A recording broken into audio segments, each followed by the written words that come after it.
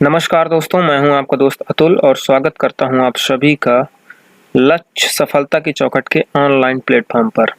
आज हम आपके लिए लेकर आए हैं एक नया टॉपिक, मॉडर्न हिस्ट्री में आंग्ल सिख संघर्ष। मेरा मानना है आंग्ल सिख संघर्ष इतिहास के विद्यार्थियों के लिए एक कठिन टॉपिक है और इसको समझने और याद करने में उसे काफ़ी समस्याओं का सामना करना पड़ता है। तो मैंने प्रयास किया है कि आपको इसको सरल तरीके से समझाया जाए।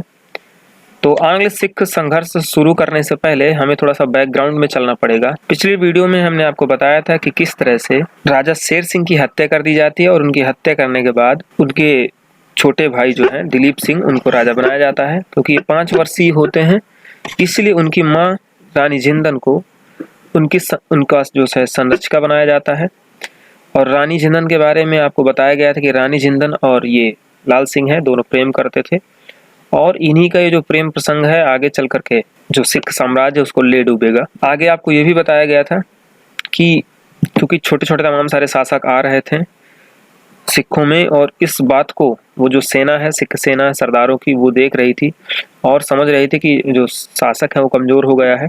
इस वजह से उन्होंने अपने हाथों में जो शक्ति है वो केंद्रित कर ली थी। इस बात की जानकारी लाल सिंह को हो जाती है।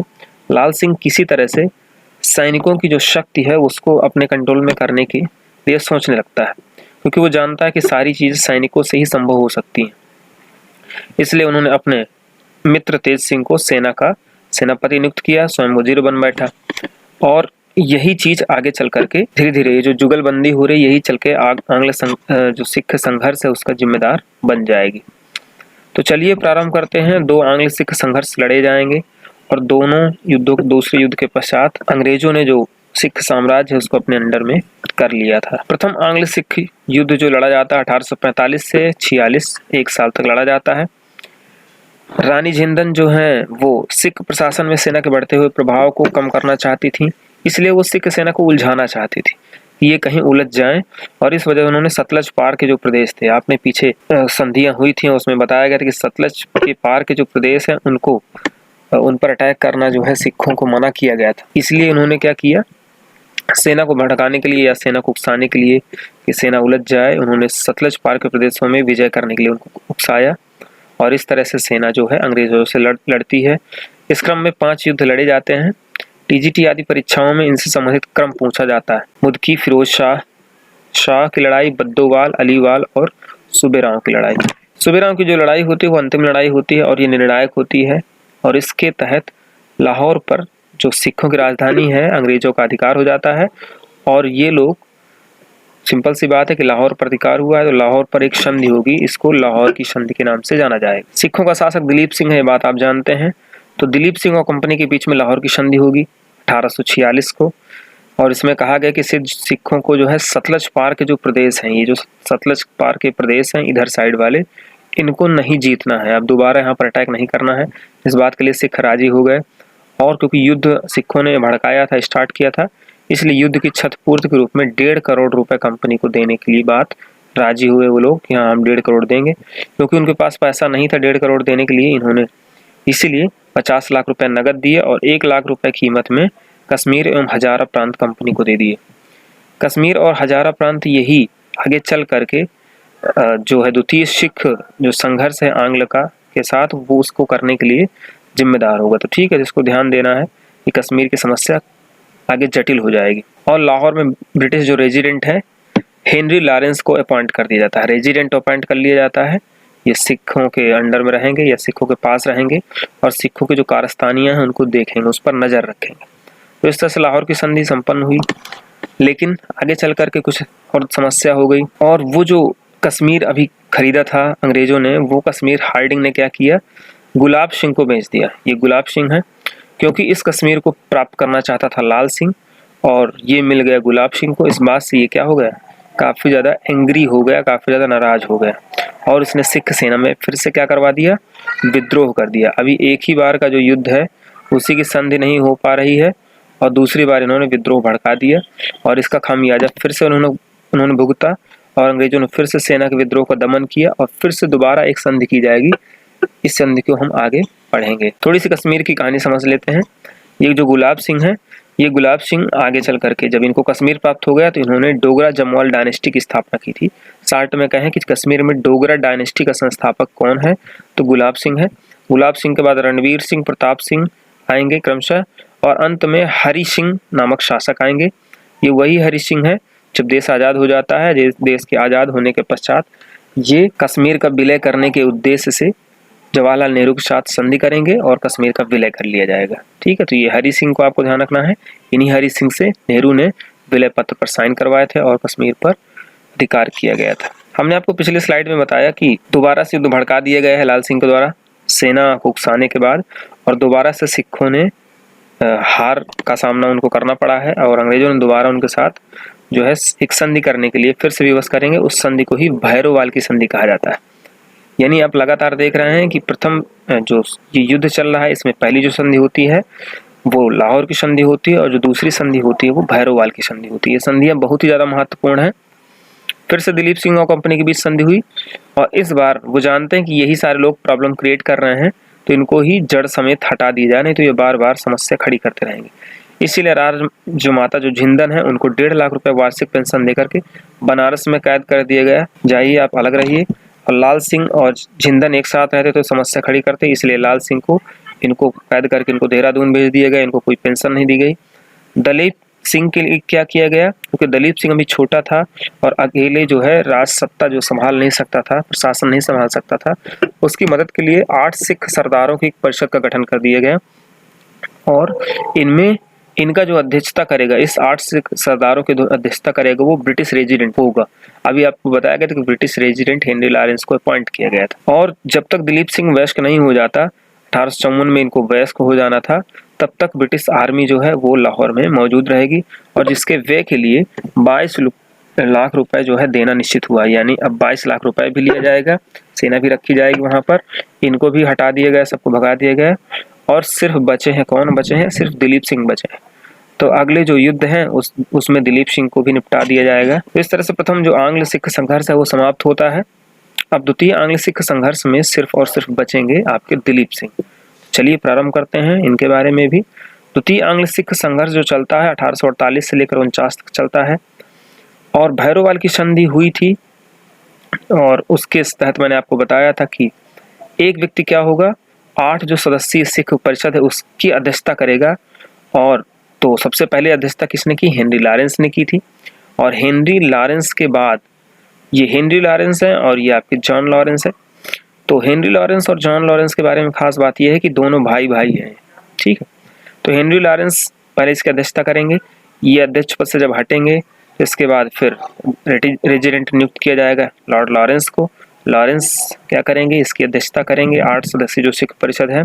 इसके बाद एक व्यक्ति का नंबर आएगा, उसका नाम है फ्रेडरिक क्यूरी। तो जब फ्रेडरिक क्यूरी नाम का व्यक्ति इसका अध्यक्ष होगा 8 सदस्यीय जो सिख परिषद है, उस समय फिर से घटना हो जाती है और यही घटना द्वितीय आंग्ल सिख संघर्ष का जो है कारण बन जाती है। तो चलिए कौन सी घटना होती है, सिख सेना के शक्ति को कम करना इन्होंने शुरू कर दिया था। ये जानते थे कि सिख सेना को हम कम करेंगे तब हमारे लिए आगे चलकर रास्ता साफ हो जाएगा। इस वजह से सिख सेना में काफी असंतोष फैला हुआ है, परेशान है। और इसी समय आग में जो है घी डालने का काम किया घटना ने कि जो फ्रेडरिक क्यूरी ने है मुल्तान का जो गवर्नर था, यानी सिख साम्राज्य के कई गवर्नर थे, कई प्रांत थे, तो उसमें मुल्तान का जो गवर्नर था मूलराज, उससे 1 करोड़ रुपए की मांग की और इस बात से मूलराज ने विद्रोह कर दिया और यही आगे चल करके द्वितीय जो आंग्ल सिख संघर्ष है उसका कारण बन जाता है। इस युद्ध में भी 3 लड़ाइयां लगातार लड़ी जाती हैं, रामनगर का युद्ध, चिलियांवाला का युद्ध और गुजरात का युद्ध। गुजरात का युद्ध को तोपों का युद्ध भी कहा जाता है और यह जो युद्ध लड़ा जाता है यह भी निर्णायक साबित होता है।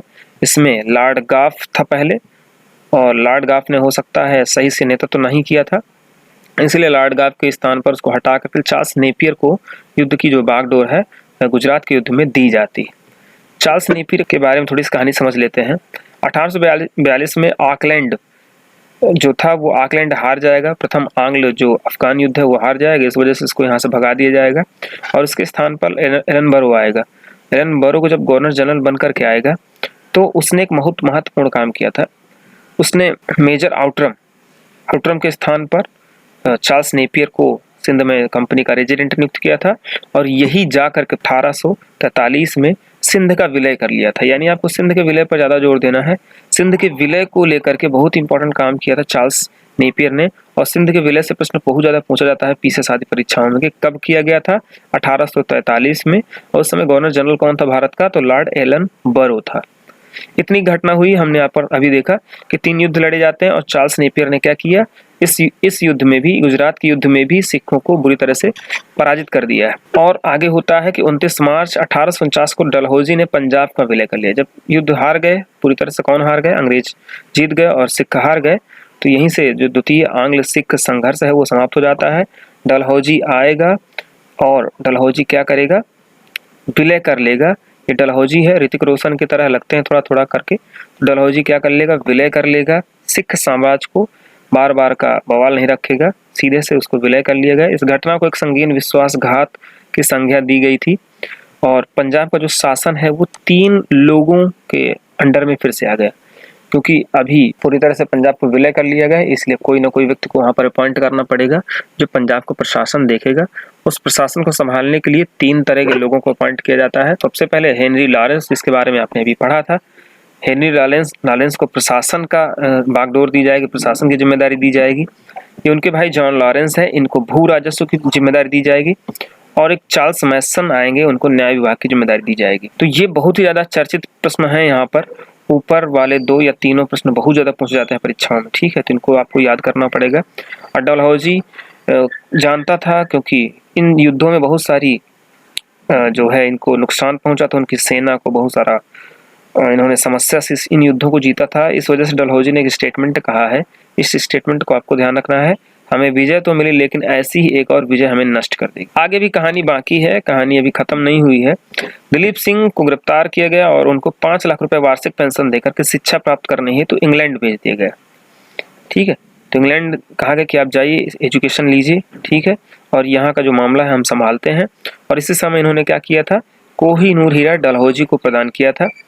ये कोहिनूर हीरा डलहौजी के पास जाने के पश्चात पहुंच गया ब्रिटेन, और ब्रिटेन में ये जो महारानी है, ब्रिटिश महारानी, उनका जो ये मुकुट है, उस मुकुट में देखिए लगा हुआ है। इसका आधा भाग जो टुकड़ा है वो यहाँ पर लगा हुआ है, आधा टुकड़ा हालांकि ब्रिटिश म्यूजियम में रखा हुआ है, और इस तरह से अभी तक ये वहां से नहीं आ पाया। चलिए, इनको और दूसरा काम किया गया, अंग्रेजों की ओर से डॉक्टर लगून को इनके साथ भेज दिए गए कि इनकी निगरानी रखें, कहीं ये वापस ना आ जाएं और आ करके क्या ना कर दें, कोई युद्ध ना लड़े, हमारा फिर से पंजाब पर अधिकार न कर लें। इसलिए उनके अंडर में, डॉक्टर लगून के अंडर में इनको भेजा जाता है। ये प्रश्न भी पूछा जाता है। इन्हीं से प्रेरणा लेकर के, डॉक्टर लगून से प्रेरणा लेकर के इन्होंने क्या किया था, ये सिख से, मतलब सिख अपने धर्म को बदल करके ये जो है ईसाई धर्म अपना लेंगे। किससे प्रेरणा लेकर के अपनाएंगे, डॉक्टर लगून से प्रेरणा लेकर के अपनाएंगे, ये बात आपको ध्यान रखना है। तो देख लीजिए इनको, इनका नाम लिखा हो फ्रेडरिक विक्टर दलीप सिंह, और इन्होंने अपना थोड़ा सा गेटअप भी चेंज कर लिया है, लेकिन बाद में फिर जो है पुनः पंजाब लौटेंगे और पुनः इस धर्म को छोड़ करके ये पुनः सिख धर्म स्वीकार कर लेंगे। अंततः इस तरह से आते जाते इनकी जो है मृत्यु हो जाएगी। 1853 में पेरिस में इनकी मृत्यु हो जाती है, और ये उनका जो है शव स्थल है, जहाँ पर शव रखा गया है, उनकी समाधि स्थल है। अगर यह वीडियो आपको पसंद आया है, रोचक लगा है, तो आप अपने दोस्तों को ज़्यादा से ज़्यादा शेयर करिए, ज़्यादा से ज़्यादा सब्सक्राइब करिए, व्यू करिए, और हमें जो है कमेंट करके बताइए ज़रूर कैसा लग रहा है, जिससे हमारा मनोबल बढ़ेगा और आपके लिए और ज़्यादा से ज़्यादा हार्डवर्क करने के लिए हम प्रेरित होंगे। चलिए मिलते हैं अगले वीडियो में, तब तक के लिए नमस्कार।